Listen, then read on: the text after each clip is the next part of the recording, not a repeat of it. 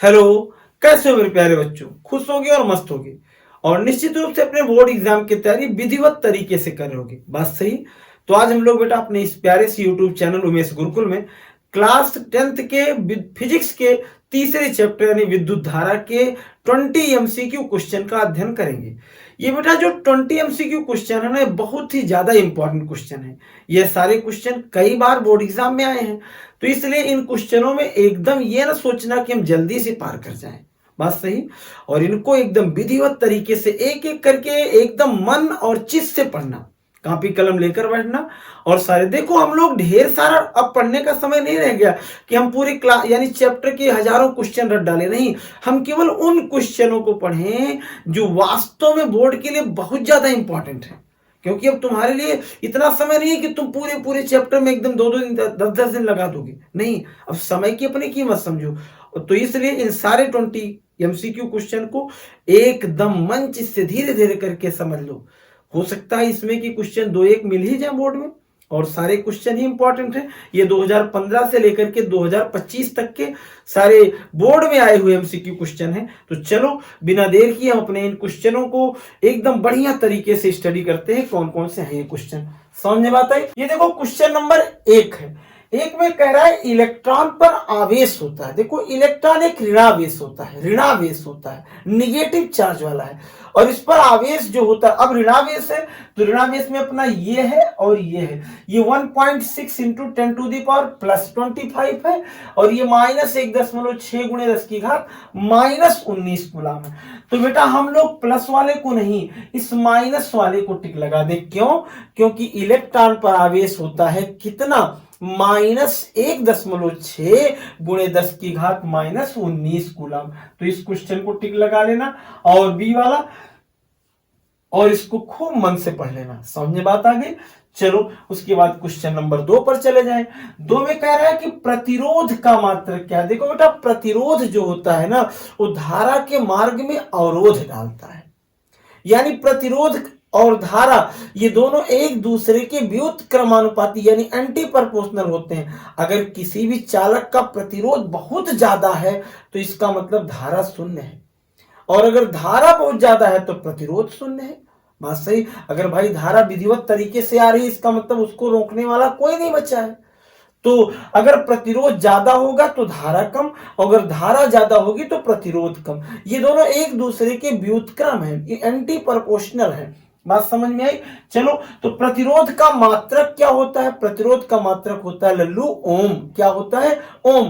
प्रतिरोध का मात्रक क्या होता है? ओम। ओम का चिन्ह ये बेटा एमीटर है, नहीं ये धारा का मात्रक है।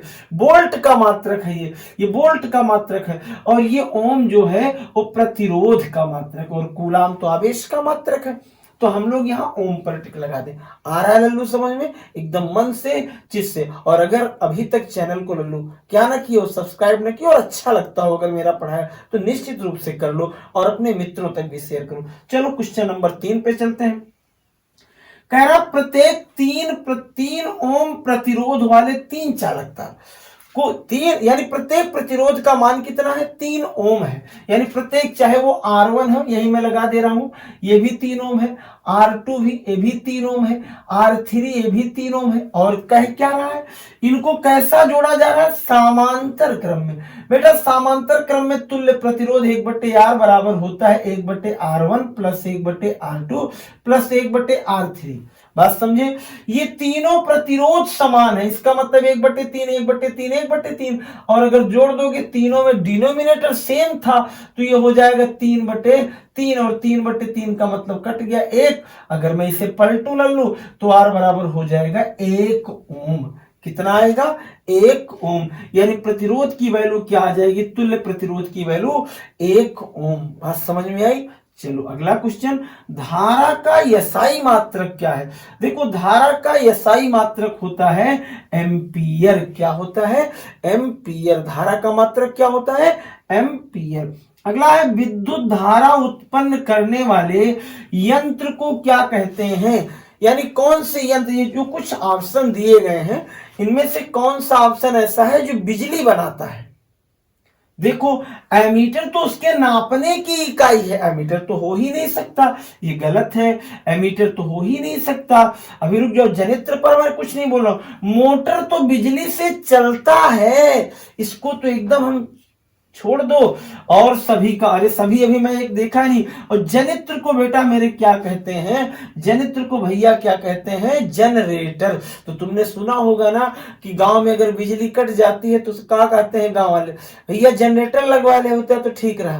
कहते हैं ना, हम लोगों के घर कोई छोटा सा फंक्शन पड़े तो हम लोग क्या करते हैं, बिजली भैया कोनो भरोसा ना है ना, सही बात ना, क्या कर ले, जनरेटर लगवाएला कम से कम इतर है बिजली ब्या। तो एक मतलब बिजली कैसे बनती ब्या, बिजली बनती ब्या कैसे, जनरेटर से। कैसे बनती ब्या, जेका अपने सब फिजिक्स की भाषा में का कही थी, यानी जनित्र का कही थी, जनित्र। नेक्स्ट में कहा हुआ R1 व R2 प्रतिरोध के दो तार समांतर क्रम में जोड़े गए हैं। कैसे जोड़े गए हैं, समांतर क्रम में। देखो अभी तुमने यहां थोड़ी देर पहले समांतर क्रम सुने थे कि अगर दो प्रतिरोध है तो 1/R बराबर 1/R1 प्लस 1/R2 हो जाएगा। बात समझ में आई? पहले इसे सरल कर लो, इसे ऊपर दोनों को पहुंचा दो तो ऊपर हो जाएगा R1 प्लस R2 और नीचे हो जाएगा बटे R1 R2, ये बराबर 1/R होगा। बेटा अगर इसे पलटोगे, R की वैल्यू निकालोगे तो R बराबर, ये ऊपर हो जाएगा R1 R2 और नीचे हो जाएगा R1 प्लस R2। बात समझ में आई? सुने होगे ना, प्रतिरोधों का समांतर संयोजन।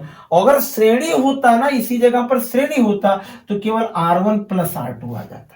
समझ में बात आई? तो यहां हम लोग जहां भी ऐसा होगा R1 R2 बटे R1 प्लस R2 वहां टिक लगा देना। ये देखो यहां है, यहां टिक लगा देना। देख बेटा ये श्रेणी संयोजन है, ये है नहीं, ये तुम्हारा कुछ नहीं है तो इसे घटिया काम कर दिया है, इसको छोड़ो, ये उल्टा दिया है भी नहीं, तो ये तुम्हारा सी वाला ऑप्शन सही है। समझ में आ रहा है ना, आ रहा है ना, यस लिख दो।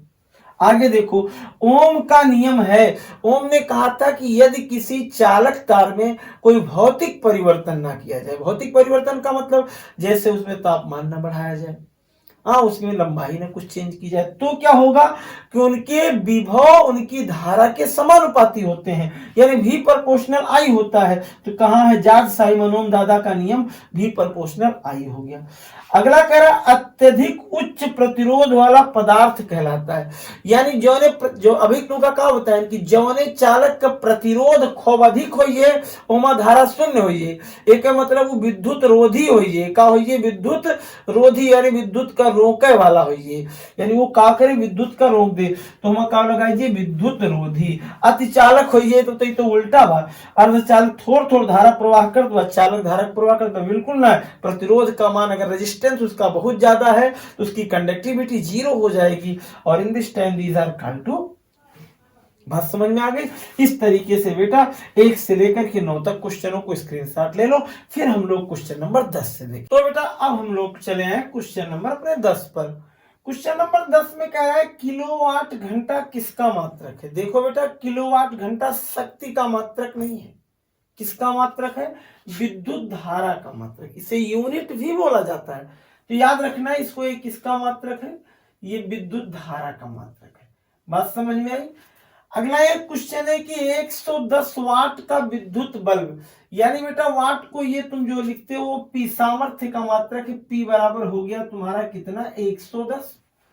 220 वोल्ट के विद्युत स्रोत से जोड़ा गया है, तो वोल्ट कितना है, V = 220। फिर आगे बेटा अगली चीज कह रहा है जाने पर बल्ब में प्रवाहित क्या निकालना है, धारा I का मान निकालना है। एक फार्मूला होता है, देखो इसके बाद मैं जस्ट आगे बनाऊंगा कि केवल न्यूमेरिकल की वीडियो प्रत्येक चैप्टर की, उसमें तुम लोग वीडियो सारे क्वेश्चन जो भी इंपॉर्टेंट है सब देखोगे। तो बेटा उसके बाद निकालना है लल्लू आई। एक फार्मूला है P बराबर होता है VI के, मुझे I निकालना है तो V यहाँ चला आएगा, और V यहाँ था गुणे में, इधर यहाँ आएगा तो हो जाएगा भाग में, P बटे हो जाएगा V।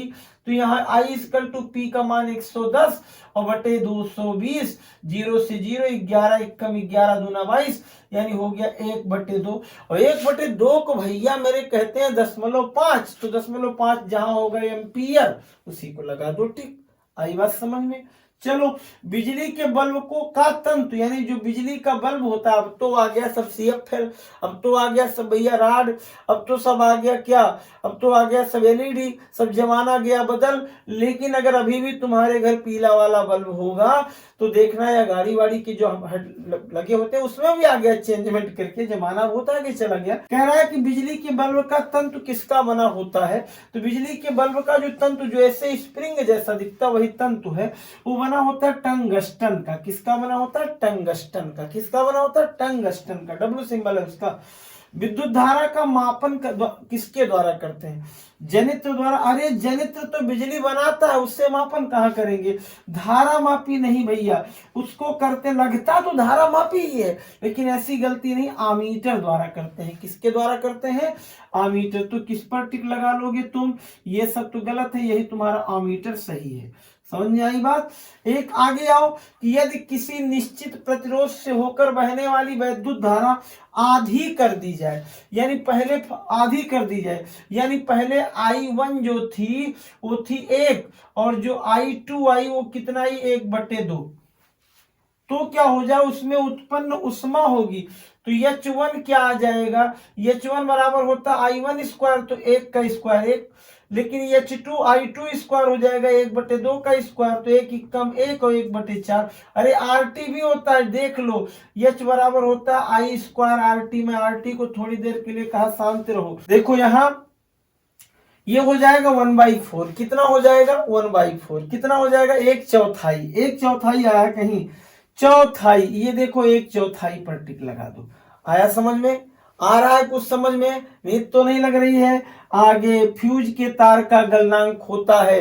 देखो फ्यूज के तार का गलनांक वैसे तो कम होता है लेकिन तार की गर्म होने पर बदल जाता है, तो इसमें हम लोग इस पर टिक लगा दें।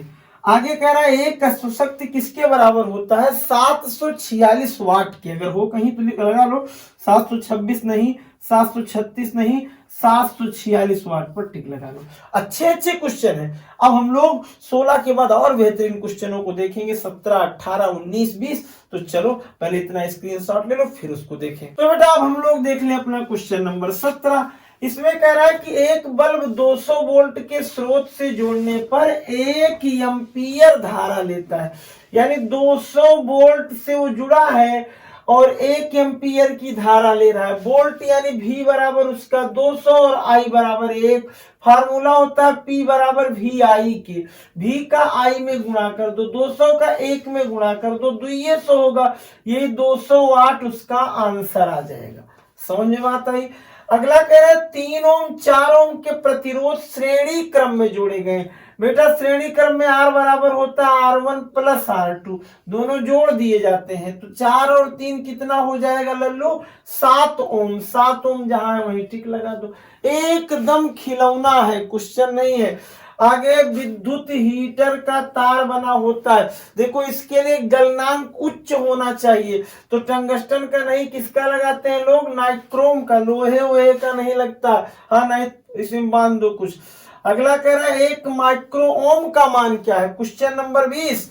तो माइक्रो ओम जो होता है, देखो ये नैनो है, 10 की घात माइनस, तो माइक्रो नहीं है, यही 10 की घात अपना कौन सा 6 वाला, यही सही, ये माइक्रो ओम है। ये बेटा एंगस्ट्राम है और ये मिली है। इस तरीके से हमारा 10 की घात -6 हो गया। तो इस तरीके से बेटा 20 क्वेश्चन हम लोगों ने देख लिया। अब हम लोग नेक्स्ट वीडियो में अपना पढ़ेंगे अगला चैप्टर। और अगर अभी तक बच्चों अपने चैनल को सब्सक्राइब न किए हुए, तुम्हारा अपना चैनल है, और लाइक न किए हो तो कर दो फिर।